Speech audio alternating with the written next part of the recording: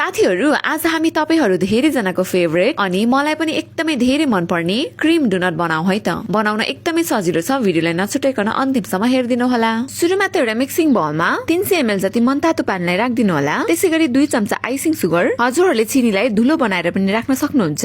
यसलाई चाहिँ एकचोटी मज्जाले घोल्दिनु होला। अब भने यसको मेन इन्ग्रेडिएन्ट्स ड्राई इस्ट 7 ग्राम जति राख्दिनु होला र यसलाई पनि एकचोटी मज्जाले पानीमा घोल्दिनु होला। अब भने यसमा 500 ग्राम जति मैदालाई राख्दिनु होला र थोरै तेल लगाएर यसलाई चाहिँ एउटा सफ्ट डो हुने गरी मुस्नु पर्ने हुन्छ। हेर्नुस् त यतिको सफ्ट डो हुने गरी मुस्दिनु होला। अब भने यसमा थोरै ओइललाई ग्लेज गरेर छोपेर 1 घण्टा जति छोड्दिनु होला। हेर्नुस् त साथीहरु 1 घण्टापछि एकदमै राम्रोसँग फुलिसकेको छ। त्यसैगरी यसलाई चाहिँ हामीले फेरि एकचोटी मुस्नु पर्ने हुन्छ। हेर्नुस् त यतिको सफ्ट हुने गरी मुसिसकेपछि यसलाई यतिको फ्ल्याट हुने गरी बेल्दिनु होला। अब भने डोनट शेपमा काट्नको लागि मैले चाहिँ एउटा बिर्कोले काटेको छु। यतिको हुने गरी काट्दिनु होला। बिचको पाल बनाउनको लागि चाहिँ मैले बोतलको बिर्को युज गरेको छु। अब भने यसलाई निकालेर एउटा ट्रेमा राखेर 10-15 मिनेटको लागि छोड्नु पर्ने हुन्छ। 10-15 मिनेट रेस्टिङ गरिसकेपछि यसलाई चाहिँ प्रिहिटेड तेलमा डीप फ्राई गर्नु पर्ने हुन्छ। डोनट डीप फ्राई गर्दाखेरि चाहिँ हामीले एकदमै स्लो हिटमा डीप फ्राई गर्नु पर्ने हुन्छ, जसले गर्दाखेरि यो भित्रसम्म मज्जाले पाक्न पाउँछ। एक साइड राम्रो गोल्डन ब्राउन कलर आइसकेपछि यसलाई पल्टाएर अर्को साइड पनि पकाइदिनु होला र दुवै साइड यतिको कलर आइसकेपछि यसलाई निकाल्दिनु होला। अब चाहिँ म यसको लागि क्रीम तयार गर्न जाँदैछु। क्रीमको लागि चाहिँ मैले एउटा मिक्सिङ बाउलमा 4 चम्चा जति व्हिप्ड क्रीम राखेको छु। अब भने चाहिँ यसलाई हामीले मिक्सचरले मज्जाले ब्लेन्ड गर्नु पर्ने हुन्छ।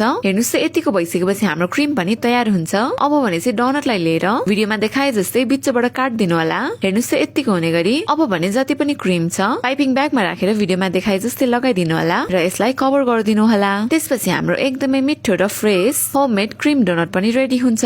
मलाई त यो क्रीम डोनट यति धेरै मन पर्छ नि साथीहरु, मैले त 3-4 वटै खाइदिए। यसलाई चाहिँ हजुरले ब्रेकफास्ट र लन्चमा खान सक्नुहुन्छ। साथै बाबु नानीहरुको टिफिन लन्चको लागि पनि पठाउन सक्नुहुन्छ। ल साथीहरु अब हजुरहरुले पनि घरमा यसरी सजिलो तरिकाले क्रीम डोनट बनाएर खानु होला है त। अनि यो रेसिपीलाई पनि धेरै भन्दा धेरै शेयर गरी सपोर्ट पनि गरिदिनु होला। Thank you for watching.